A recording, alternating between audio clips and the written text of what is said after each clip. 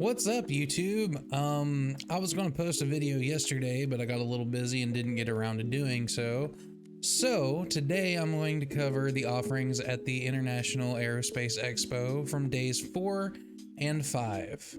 Day 4, the star of the show, is this guy behind me, and this is the Mercury Starrunner from Crusader Industries. It's a wonderful ship, and it impressed me so much that I melted my Cutlass Black, and I used that towards purchasing one of my very own. In a future video, I will go over everything about the Mercury Starrunner. I know people on YouTube have probably just showed everything about it, but I'm gonna show it from my perspective because it's a really awesome ship and it's just a great all-arounder. That being said, let's see what else there is to offer here. All right, why don't we read the little plaque for the Starrunner, which I will henceforth refer to as the MSR, just for simplicity.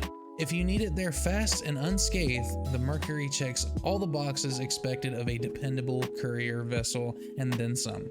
Built with the same engineering and design principles that has made Crusader Industries the go-to manufacturer for galactic transport on any scale, the MSR will let you stay ahead of schedule, trouble, and the competition. And at this point, I want to take the opportunity to formally apologize for my last couple of videos because I was really tired and I had been up for a while when I shot those. So, yeah, I sounded like I was a little down in the dumps. With my apologies out of the way, this might be a good opportunity for me to say if you enjoy the content that I present you with today, drop a like down below, subscribe to the channel, hit the notification bell, all the normal YouTube stuff. You know how it works. I have faith. Not in YouTube, in you. Alright, now that we've got the Mercury Starrunner out of the way, let's read this little card for Crusader Industries. Buoyancy. I like their logo. It's probably my favorite logo in the game. Where great trips begin. How many amazing experiences have begun with that first step aboard a Crusader Industries spacecraft? Built to make getting there half the fun, every ship that bears the Crusader Industries name is carefully designed to make even the longest flights fly by. Kind of vague, isn't it? I love your logo, don't love the saying. Do love that ship, however. I fly it all the time now. Alright, this little thing right here is from Kruger Intergalactic, and it is a snub fighter known as the P-52 Merlin. If you get the Constellation ships, I know it comes with the Constellation Phoenix from RSI. It's docked in the back, but I wouldn't advise trying to fly it because you'll probably get stuck and have to kill yourself. I know when I tried on another person's Phoenix, it didn't treat me too well. Anyway, let's read this little thing over here. Designed in conjunction with RSI, the elegant short-range snub fighter represents the first ship produced under the Kruger Intergalactic brand. Utilizing centuries of manufacturing expertise, the compact precision of the Kruger hull blends perfectly with the trusted RSI thrusters to grant the Merlin exceptional handling and maneuverability, while ensuring it is capable of fulfilling a variety of roles from combat to scouting to scanning. I'm not a huge fan of that. Okay, so this is another ship from Kruger. It is the P-72 Archimedes. Whether for added security, exploring a system, or simply the joy of flying, the Kruger Intergalactic's P-72 Archimedes snubcraft was designed to deliver exceptional handling and nimble acceleration in a sleek and stylish package. It may be sleek and stylish, but still don't like it. Alright, I do believe that's all that they have in the main hall up here for day 4. So I'm gonna head down to the Hollow Suites and we'll see what we can find down there. All right, so down here in the Hollow Suites, they have the Tumbril Cyclone variants. These are very fun little vehicles to drive around, and I highly recommend, even if you don't want one for military purposes, just buy the base model of the Cyclone and go drive it around on Daymar for a little while. You'll have a lot of fun, I promise. I own one myself and I couldn't be happier with it. Now, as far as the Cyclones go, yet again, these two variants here are more of your combat-oriented variants. This one over here has a turret on the top of it that you can have a gunner in, and this one is designed for anti-aircraft defense. Both of them are good. Actually, all of the Cyclones are good vehicles, and I have no complaints. You can pick them up in-game for around 30,000-40,000 UEC. On to the holosuites. I actually can't wait for these little bikes to come out. They look really fun. Personally, myself, I'm a Drake fan when it comes to the grab bikes, but these are not grab bikes. These are a little different. Let's read the little plaque on here. The Tumbril Ranger TR.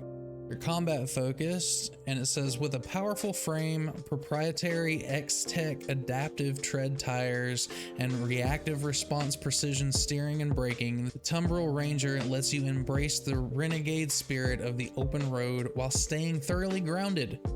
But adventure doesn't always go as planned, so the Ranger TR comes equipped with dual weapon mounts to make sure you're more than covered. Basically, you can have some fun and kick some ass at the same time. Alright, this over here is the tank that's in concept right now from Tumbril, and it reads as follows. Tumbril Nova. Focus, combat. No, I thought it was delivering candy to small children. Tumbril's new Nova is a classic battlefield warrior reimagined for the modern age. This heavy tank offers a devastating combination of weaponry to eliminate threats on the ground and in the air.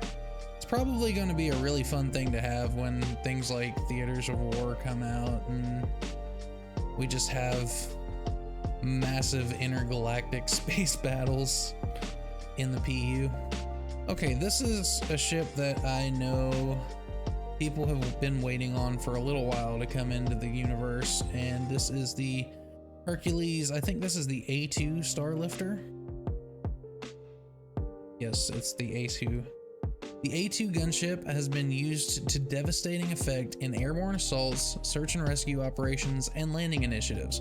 With more than double the firepower of the M2 and a custom bomb bay capable of delivering a staggering payload, the A2 caters to anyone hauling massive amounts of cargo through potentially unfriendly skies. So this is another big cargo ship that's in concept right now, and you know, when you saw the little preview for Crusader Day, they actually had one of these in the main hall or something similar to it, and then you get here and it's the Mercury Star Runner. I'm not complaining because I spent the money on the Mercury Star Runner to have it for my very own, but it would have been really cool to see one of the bigger ships, or at least an asset for one of the bigger ships, sitting there in that spot. Not complaining, but that would have been awesome. Moving on down the line, here is another ship that I plan on buying later on in the future, and this is the Ares Starfighter Inferno. This thing is basically the fighter version of the Mercury Star Runner with an asymmetric design and a very, very large gun. It's basically a gun strapped to a giant set of wings, and I want one of them. Anyway, let's read the little plaque on this one. It says, whether heading up a crew or hunting big ships solo, the Ares Inferno is a force to be reckoned with. This ballistic Gatling-equipped variant tears through gunships' armor and turns smaller fighters into dust in seconds. And I'm not sure what size that weapon is on it, but I can see why it would tear something to shreds. I mean, with how that thing looks, or with how big that gun looks, you probably only need one gun to finish the job. Alright, that looks like it's it for Crusader. So let's head on back to the elevators and go check out what Miss has to offer. Alright, over here in the Miss Hall, we are greeted by what is arguably one of the ugliest ships in the game, but they put it here as their showpiece anyway. I guess it's just because it's the biggest thing that Miss has to offer right now?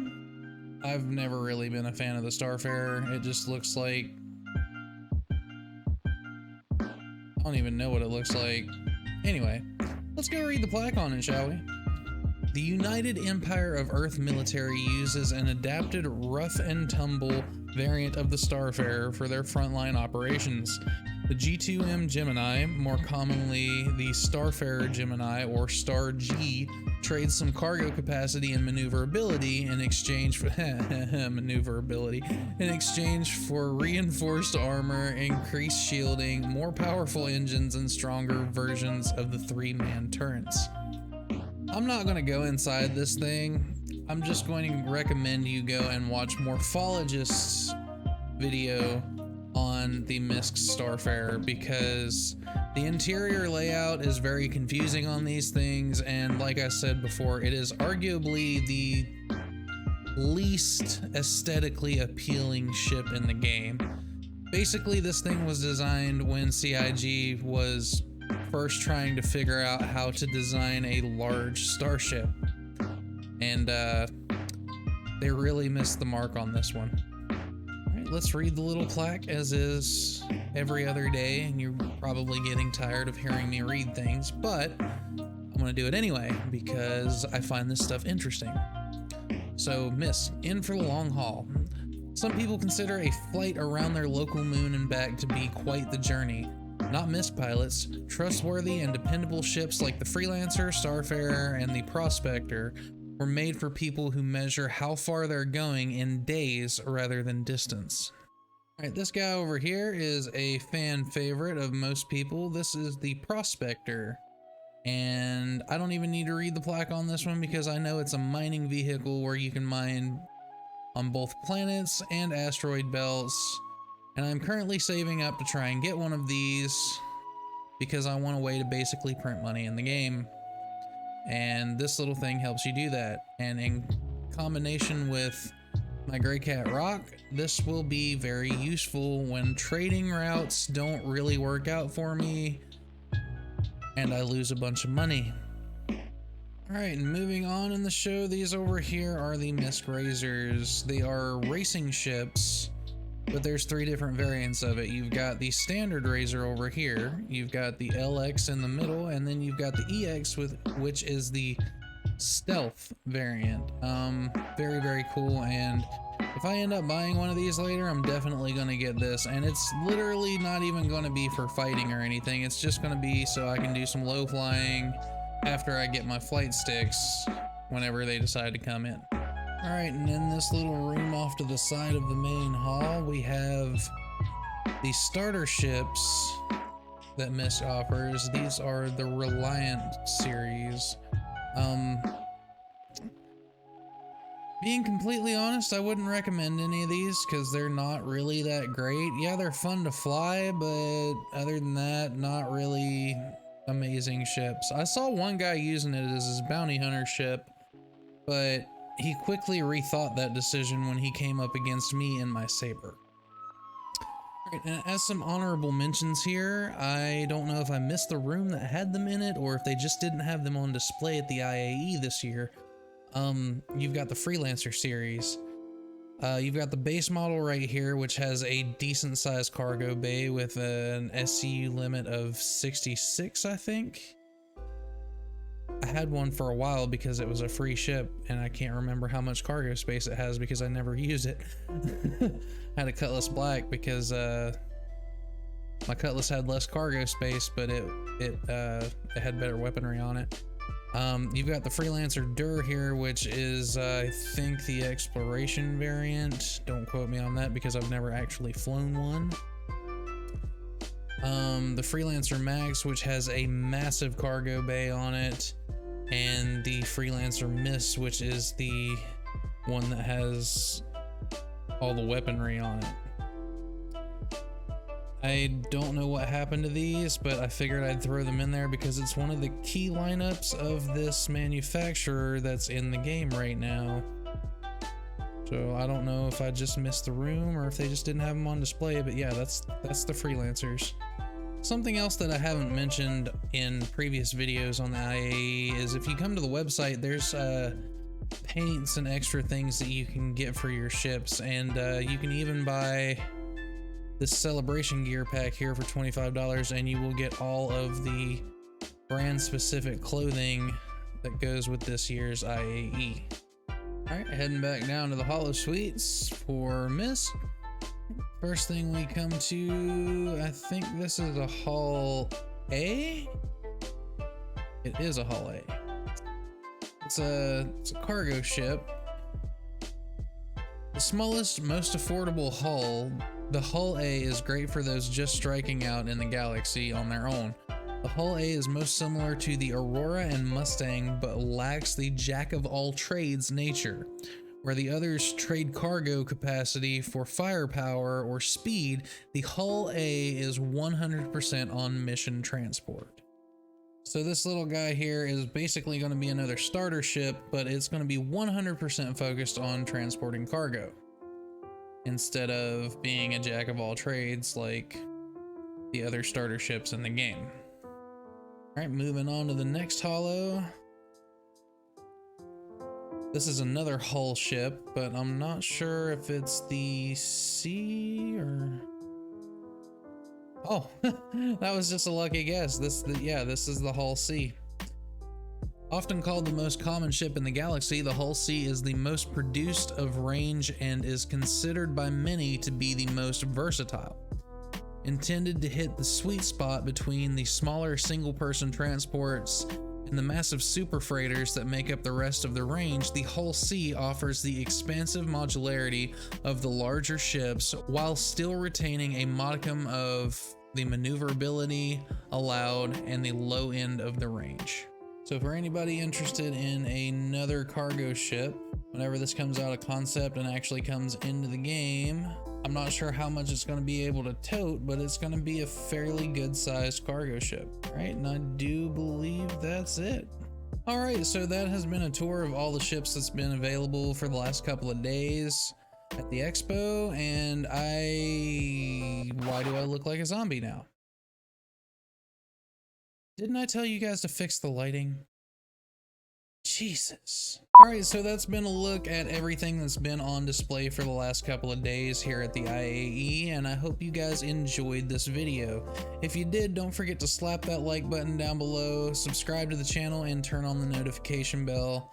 And above all else, citizens, have a wonderful day, and I will see you guys next time in the verse.